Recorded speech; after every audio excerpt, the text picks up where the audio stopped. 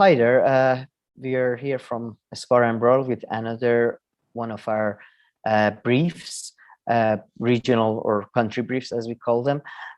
First, we have a brief for you from the, well, today we're going to call it the Arab World Brief because there was a couple of very brief, as the name suggests, very brief, but I would say important developments within the Arab world and in Arab countries.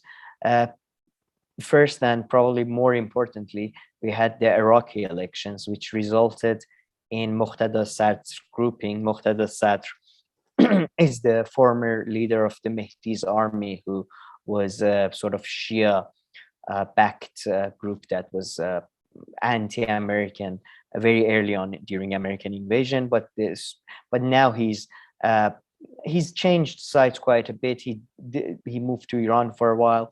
Then he moved back to Iraq. He had meetings with Saudi Arabian princes and officials, so it seemed like he was getting closer there. He seems to be trying to play both sides, and his main theme is Iraq should become increasingly independent from both Iran and US. It's important to note that the elections had a very low turnout. I can't still find a specific number for some reason, but I believe it's below 40%. But you know, his grouping seems to be the winner with more than 76 seats from of Iraqi parliament out of, I believe, 370 something seats. The second winner is Maliki, Nouri al-Maliki grouping, who's, if anybody remembers, is the former prime minister of Iraq. He was also he's considered as somewhat ally of Iran, although less so now. But he was a Shia politician who lived in Iran during Saddam years as well. You have another group which is called anti-terrorist by Iranians, by others called pro-Iranian parties. And as Al Jazeera reports, pro-Iranian groups reject early Iraq election result as a scam.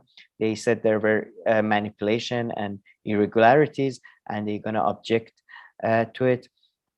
Oh, so I finally found the turnout. It's the record low turnout of 41%, which is, by the way, in Europe, that might not seem that low, but for developing countries, for Iraq, it's very low. So that's what's going on in Iraq, which is probably the most substantial and most important development in the region, because the way Iraqi government comes out, in a way, like the country we're going to discuss right after, is reflection of the power balance in the region, probably at that very specific moment. And yeah, the next country, just like Iraq in many ways, Lebanon has you know, mixed ethnicity and mixed coalition government.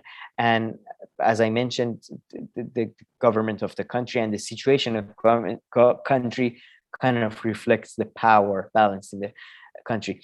And the situation in Lebanon is getting worse and worse. There is the fuel shortage, energy for electricity. I mean, like fuel is a form of energy. So there are all kinds of shortages. There's all kinds of problems with the probe into the explosion of Beirut last year. All kinds of scandals. Iran has promised the third and fourth shipments of fuel to Lebanon, but these shipments are not enough. And the situation in Lebanon is a reflection of, I think, the degeneration of diplomatic situation in the region. And it's very sad. It's very sad because the increased tensions within larger powers, it seems, has basically degenerated the country into complete corruption. And as a result of that, the situation we have now.